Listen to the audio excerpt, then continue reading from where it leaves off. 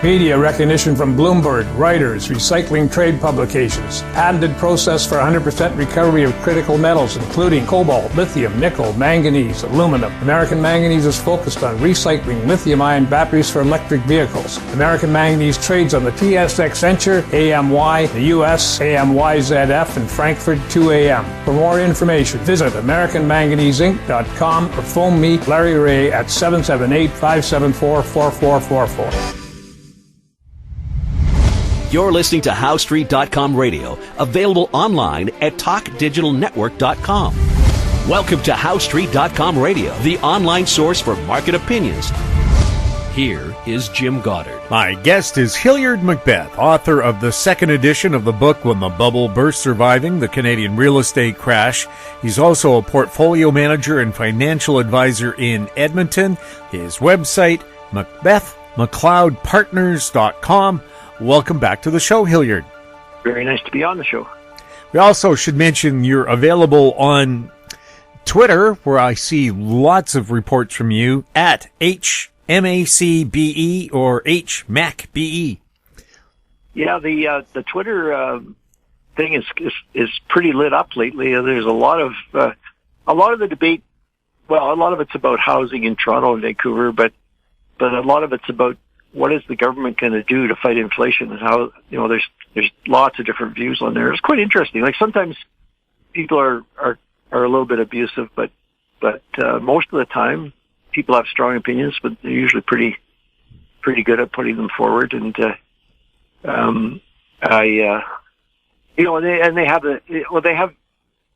got so many people that feel strongly about a subject, and they want to say something, about Elon Musk or about Tesla or about housing or whatever. So, sometimes you learn some stuff, sometimes you don't, but I find it quite entertaining. Now, on the housing front, Toronto is now more expensive than Vancouver. Is that explainable? No, it's crazy. I mean, Vancouver isn't explainable either, but Toronto is even more crazy in the sense that it's generally considered not as attractive a place as I'm going to get all kinds of flack for that, saying this, but it's just not considered as attractive a place as Vancouver. Vancouver's got the mountains and the ocean, and Toronto's, downtown Toronto especially, where all the condos are, is like a big, downtown with high rise and concrete canyons, and so it's a little bit hard to understand. But the money that's flowing in there apparently is just incredible. Is it money that's being laundered from other countries, or is it just speculators? Nobody seems to be able to find out. And then there's a whole bunch of people that are departing Toronto and going to places like Barrie, Ontario, is a good hour and a half away to the north, and putting money all over areas that are 1 to 2 hour commuting distance from downtown Toronto, because they don't have to commute every day anymore. So it's really up in the air. And of course, the office towers, which are dominated by financial companies like the big banks and the life insurance companies and the mutual fund companies, they generally are pretty empty, because, especially in the financial sector, a lot of those people can work from home, and they find that they prefer to work from home.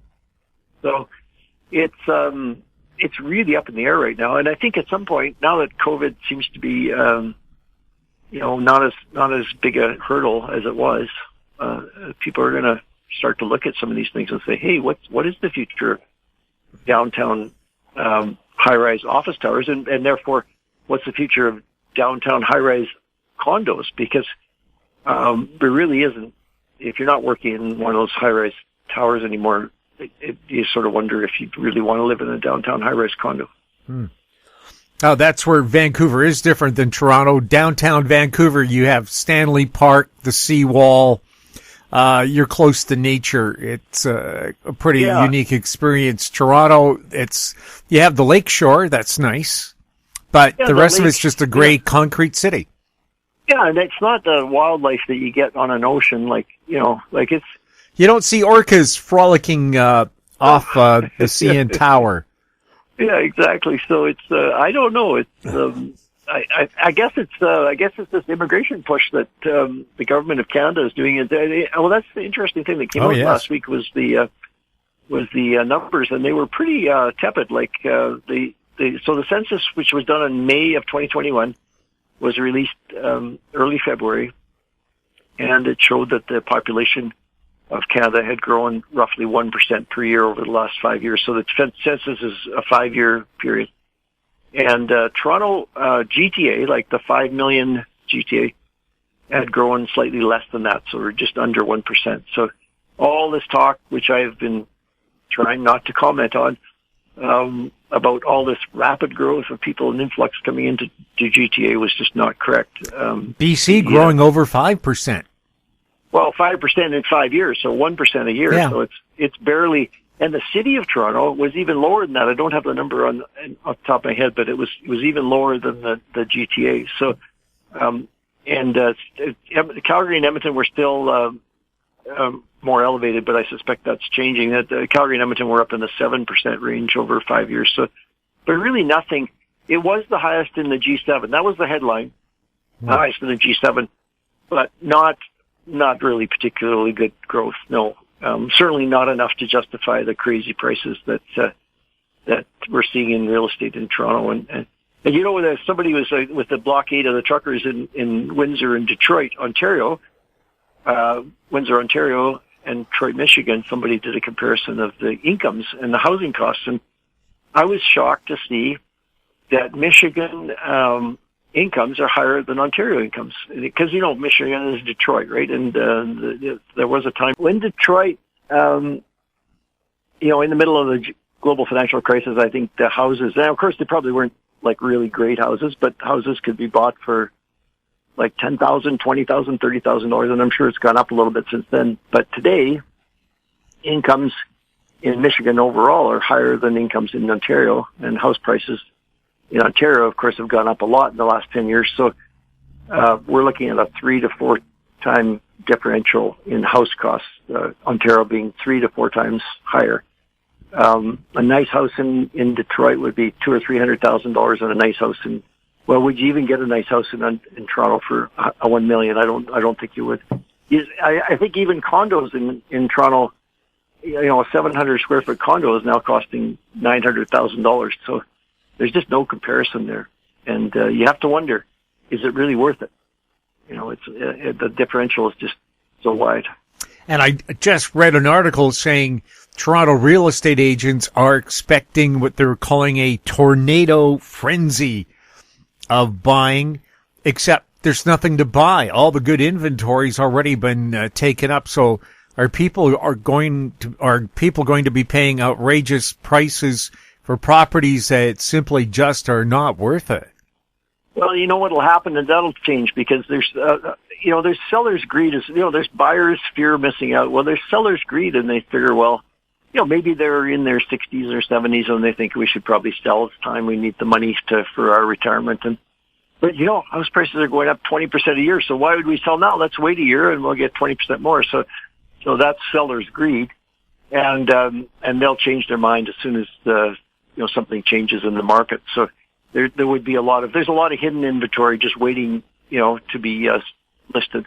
And then the other thing is, with interest rates rising, of course, demand is going to be affected, because the people that are qualifying, who knows how they're qualifying now? I mean, you can't qualify. Most people's income in Toronto would not be high enough to qualify for even a condo. But if they put 20% down, the bank has more flexibility in terms of the qualifications for the mortgage. So somehow people are finding the 20% in order to avoid the stricter qualifications under the small down payment program.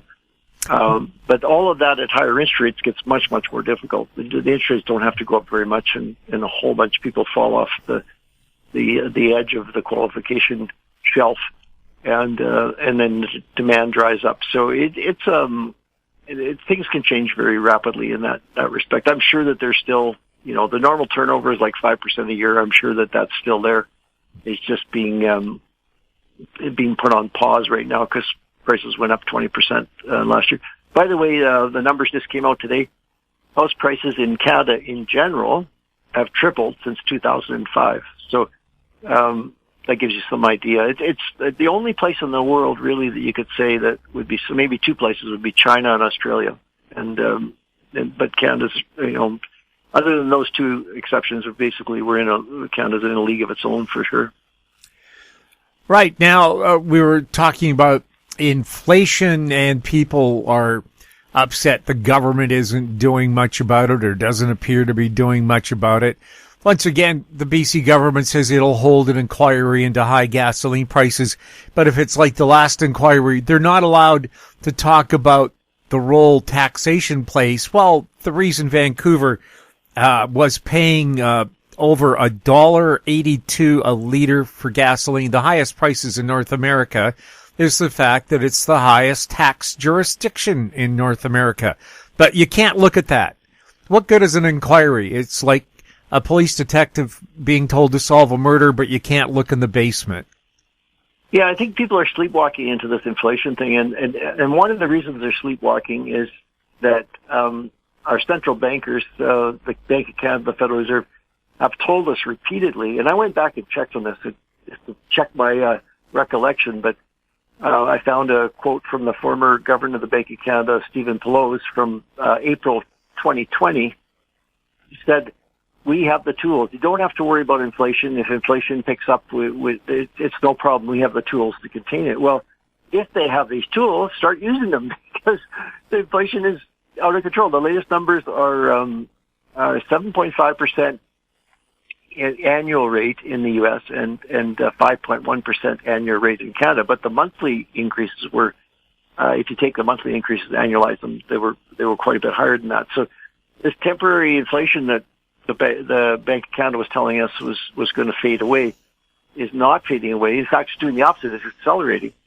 So it isn't just fuel and it's food. It's everything. And for the first time, I've been watching this really closely, because the biggest weight in the CPI in Canada is shelter, as it is in the U.S. as well. It's around 31% of the total. But the way they measure it is odd.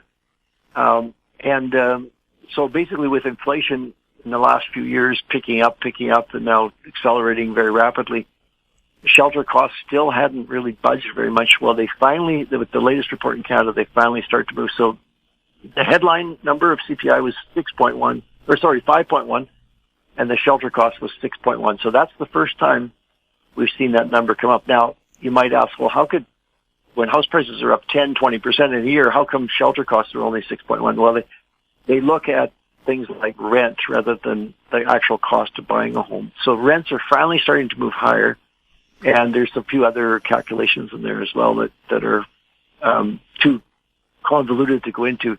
But what we're going to see is we're going to see shelter, and it's the biggest component. So we're going to see shelter moving up, which means we're going to see CPI moving up further. And if the central bankers have these tools that they've claimed that they have in order to fight inflation and keep it under control, it's time for them to bring them out and start using them. Now, my suspicion is that the only real tool they have is interest rates. They can raise interest rates, and that has the effect of dampening demand for things like things that borrow money, people that borrow money to buy, which would be housing and things like that. However, and stocks. Well, it doesn't do much for, the thing is the price of housing isn't in the inflation number, so it doesn't initially actually have the effect of lower inflation. In fact, little known fact, that higher interest rates actually initially increase the rate of inflation, because one of the biggest components of the shelter index, which is the highest, as I mentioned, the highest weight, is mortgage interest. So the way they take an approach towards it's a monthly, what I call a monthly payment approach. So they figure out, what's your monthly payment? Well, if interest rates go up, your monthly payment on that mortgage is going to go up. So therefore, higher interest rates actually start pushing inflation higher. And then eventually, if they go high enough, as happened in 1980-81 when the interest rates went over 15%, then they start to have their impact, and that's when inflation peaked and started to come back down again.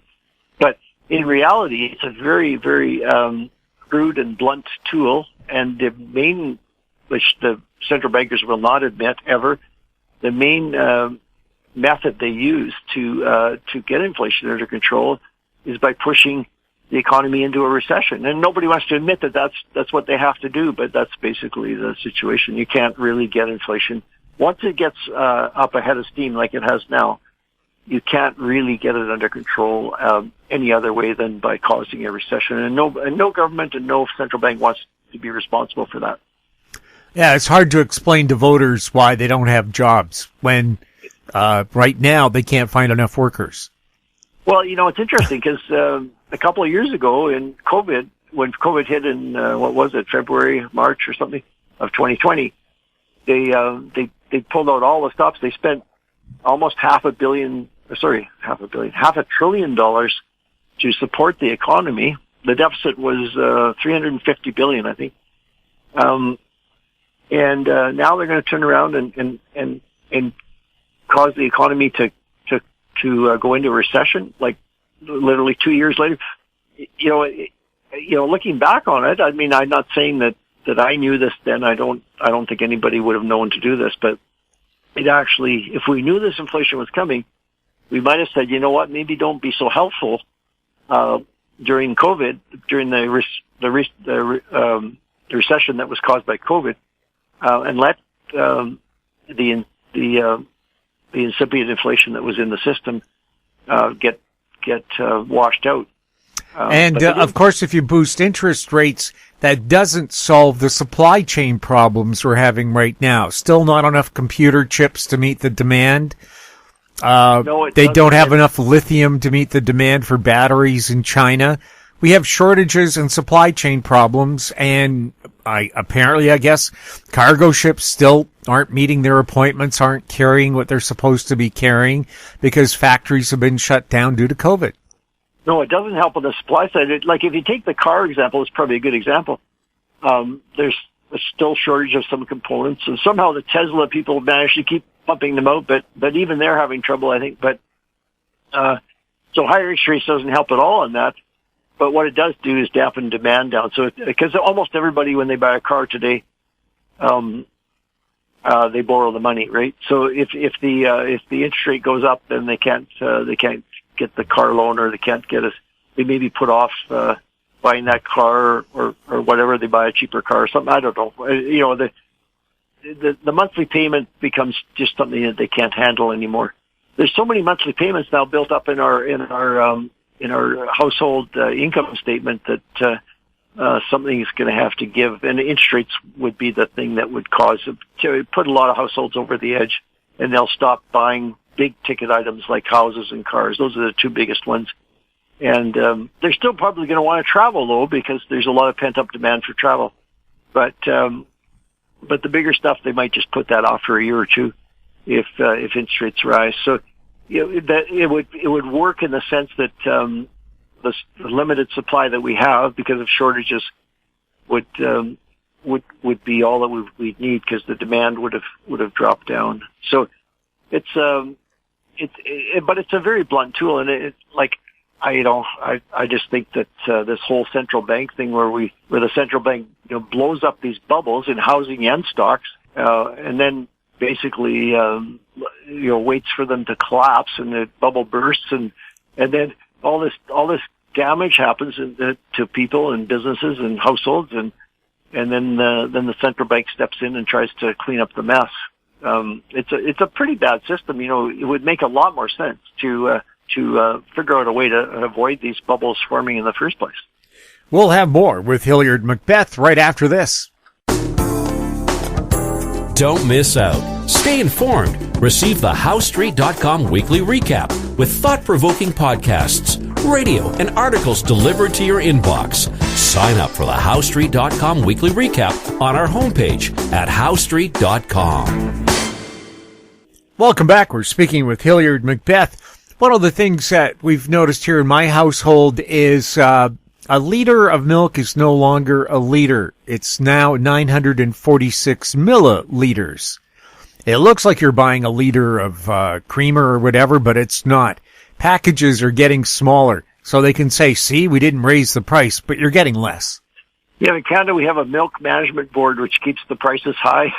So there's a lot of things in Canada that are more expensive than they are elsewhere in the world, and I don't know for sure, but my suspicion is that milk is one of them. I know that air travel costs wireless phone costs and a few things like that are much higher than the rest of the world. Not just higher than the average, but we're at the very top of the range in some of those categories.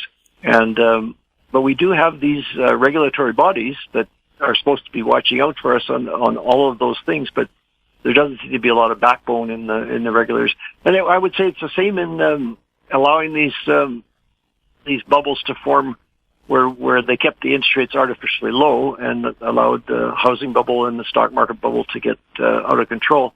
And now inflation is coming. And we had regulatory agencies. The banks have OSFI, there's CMHC, there's all kinds of different, the Department of Finance, the Government of Canada. Somehow in Canada it doesn't seem to work very well. And same in Australia. Australia's got the similar problem. But lots of other countries in the world, they seem to be able to handle it and figure out a way to do it. And as you know, they would take a major study. What's so special about Canada, Australia that we have these out of control bubbles? It could be, the one thing that's similar is in both Canada and Australia, we just have a very small number of very large banks. And they tend to watch each other and they tend to copy each other. And in other countries like the United States, they have a very large number of banks. And so there's a little bit more choice there. But competition. U.S. dairy prices, their solution is efficiency of production with large mega farms and chicken barns that have 10 million chickens. You never see that in Canada. No, and even in the wireless phone business, there's just 3 or 4 operators, and there is the CRTC. Might not be called that anymore. That's what it used to be called, but it's supposed to be regulating the cost of it, because these people, you get 3 or 4 operators and they could, that it isn't true competition. Let's put it that way. So, instead we're supposed to have a regulatory agencies that watch over them and make sure they don't gouge, the prices, but they seem to do that. So it's, but it isn't just Canada. Obviously there's a bubble in the stock market, and that's in the U.S. That's got nothing to do with Canadian regulators or Canadian interest rates, and so it's a worldwide phenomenon. And you hear people in both Canada, the U.S., and other countries, because inflation is rampant in Europe as well. Why doesn't the government do something? Is this a case of governments really can't, or if they do, the devastation they cause through job loss is just not worth the effort?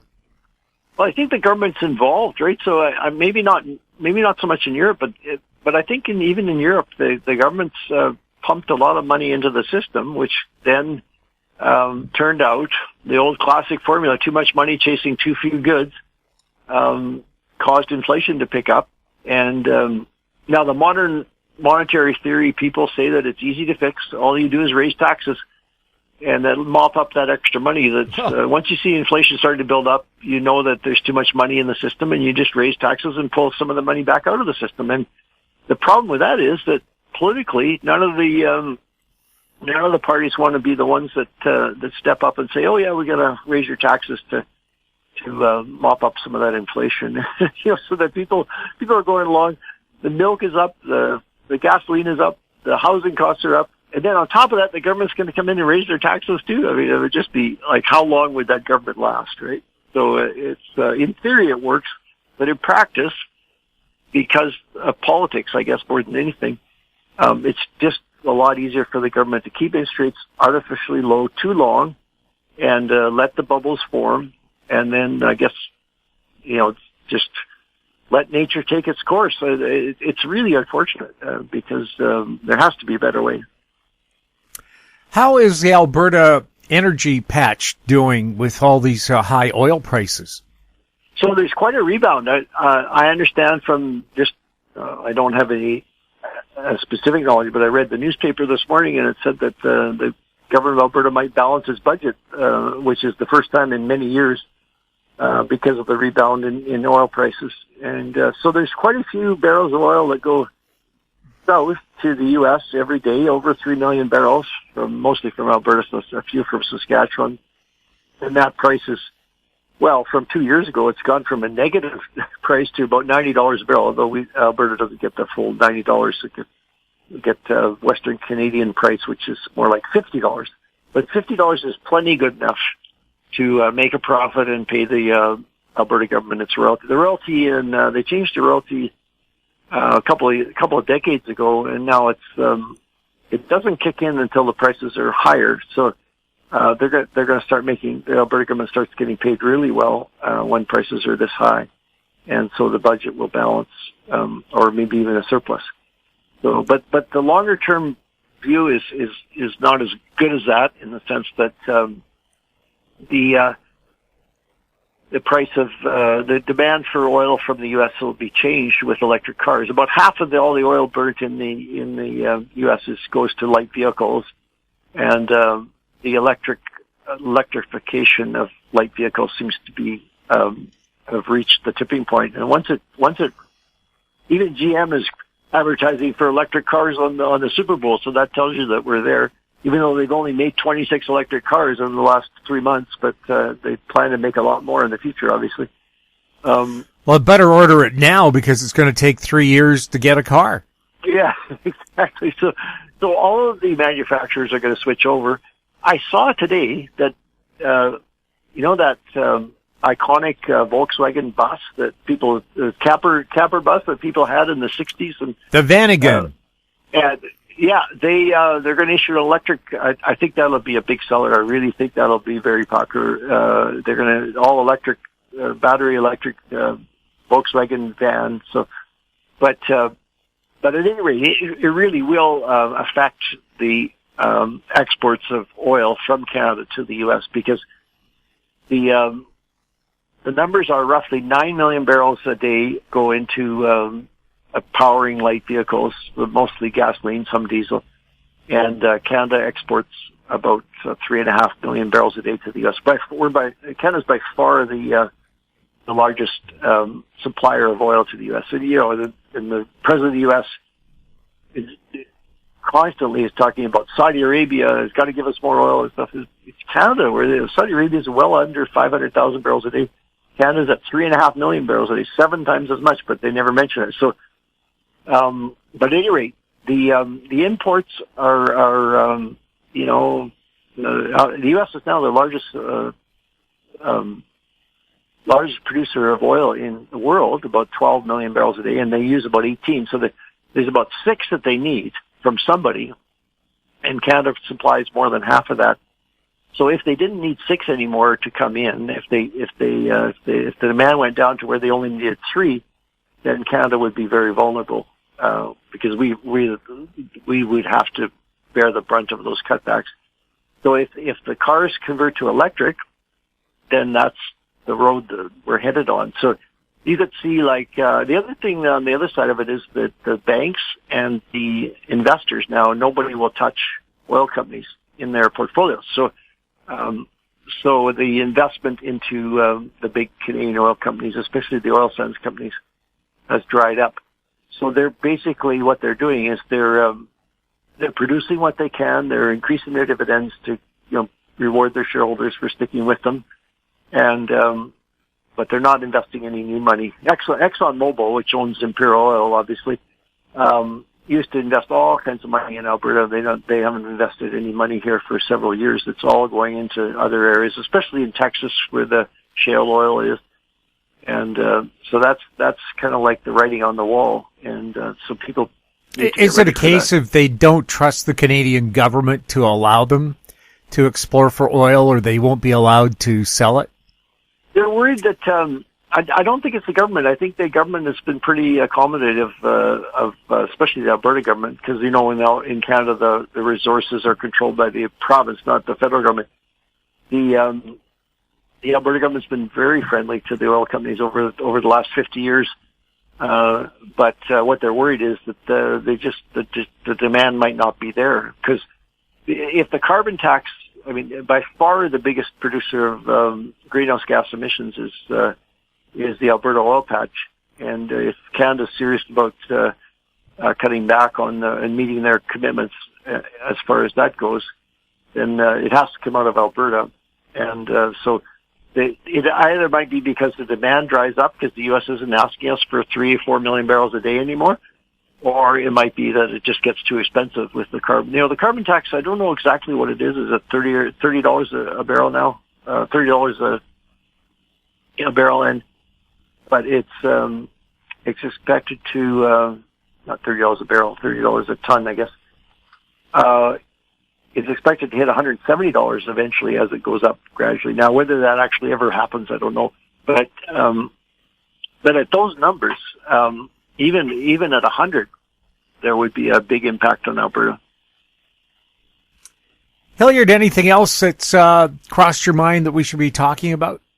Well, of course, everybody's watching the Russian-Ukrainian situation, and I checked back. I do also publish a weekend note on Fridays every week. People can find it on Twitter, and then they can sign up for it if they like, or they can just follow it on Twitter. But this week it'll be out tomorrow, and then next week, a week from Friday, I'm going to talk about Russia and the Ukraine and how much impact if Russia does decide to invade the Ukraine, whether it's a small incursion into just the eastern region or whether it's something bigger, what would happen to the stock market? And it turns out that it's a fairly mild impact on the stock market when something like that, even Pearl Harbor, which would be the biggest thing that happened during the Second World War in 1941, didn't have a huge impact. I mean, for a while it does. It has, goes down 10, 15, 20%, but within 6 months, or I think the longest period was a year, the stock market recovered all of its losses. And for instance, the attack in September 2001, September 11th, it was only a few days for it to recover. So it's pretty mild. So the bigger risk to the stock market is not a military event in the Ukraine, but higher interest rates. Higher interest rates is hard for the stock market to handle that because the stocks are priced for low interest rates and they'd have to be repriced for higher interest rates. Hilliard, thank you so much for chatting with us. Thank you, Jim. My guest has been Hilliard MacBeth, author of the second edition of the book, When the Bubble Burst, Surviving the Canadian Real Estate Crash. His website, MacBethMcLeodPartners.com. Find him on Twitter at HMACBE. If you have any questions for Hilliard or any of our other guests, we'll ask that question for you if you send it to info@HowStreet.com, our YouTube channel, Talk Digital Network. Find us on Twitter at HowStreet. We're also on Facebook. I'm Jim Goddard. Thank you for listening. Comments made on HowStreet.com radio are an expression of opinion only and should not be construed in any matter whatsoever as recommendations to buy or sell any financial instrument at any time. Available online at TalkDigitalNetwork.com. HowStreet.com radio is a production of HowStreet Media Incorporated.